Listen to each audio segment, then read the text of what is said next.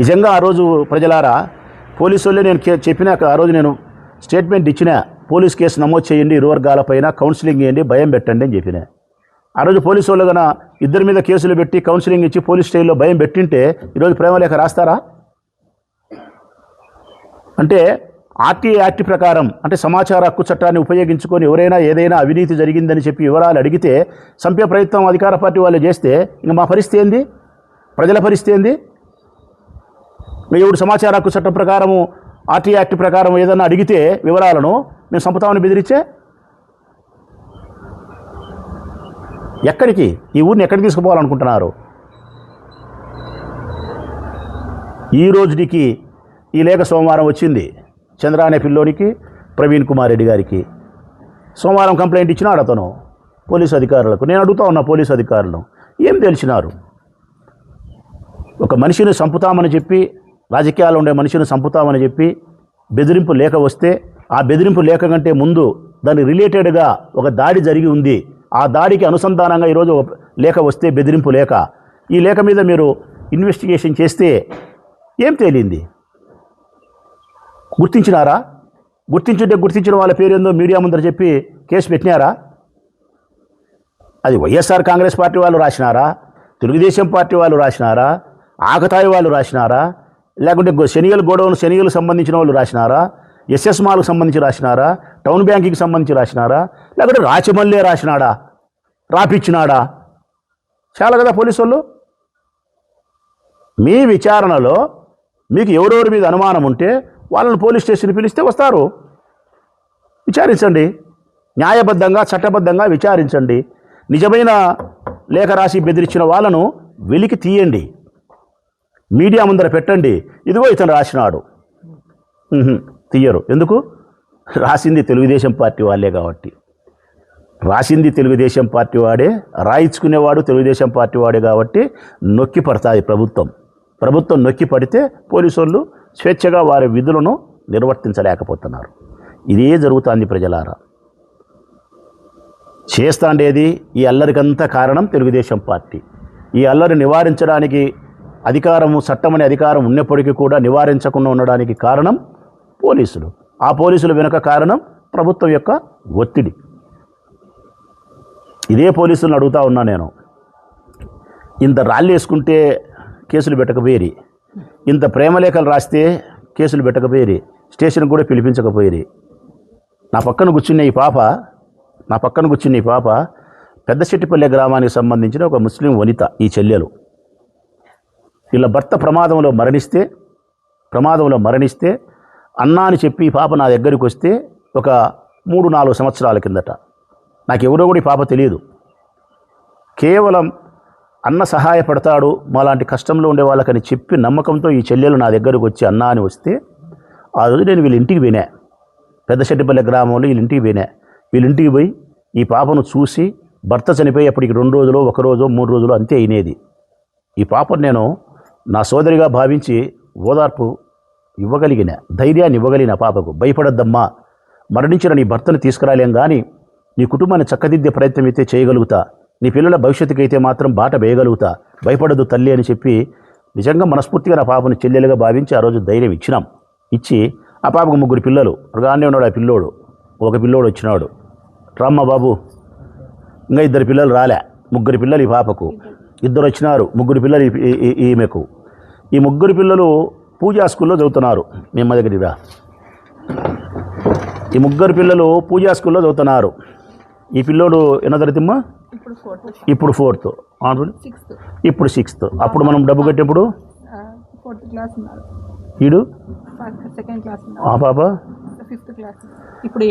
ఒక పాప నేను డబ్బులు కట్టేప్పుడు 5వ తరగతి, ఈ పిల్లోడు 4వ తరగతి, ఈ పిల్లోడు అప్పుడు 2వ తరగతి.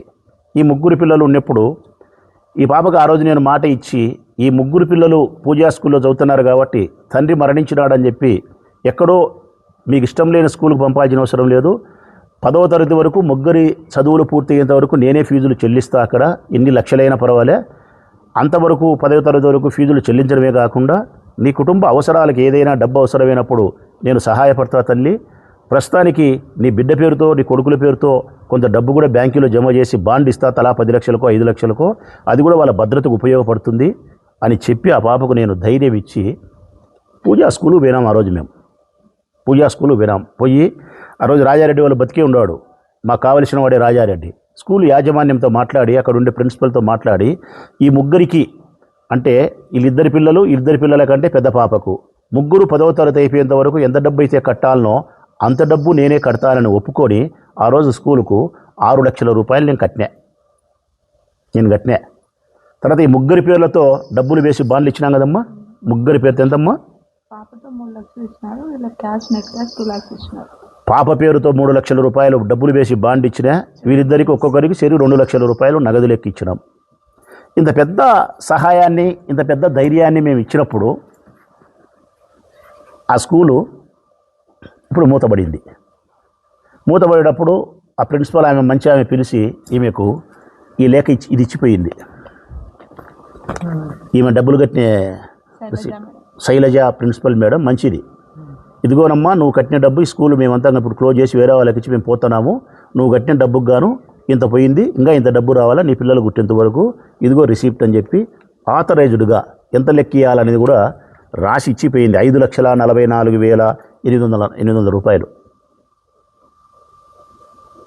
ఇది ఇచ్చిన తర్వాత ఆ స్కూల్ యాజమాన్యం ఇప్పుడు ఎవరైతే చేస్తున్నారో భవ్య అని ఒక ఆమె చేస్తుంది, ఇంకొకరు కవిత అని ఒక ఆమె, భవ్య అని ఒక ఆమె ఆ స్కూల్ నడుపుతూ ఉన్నారు.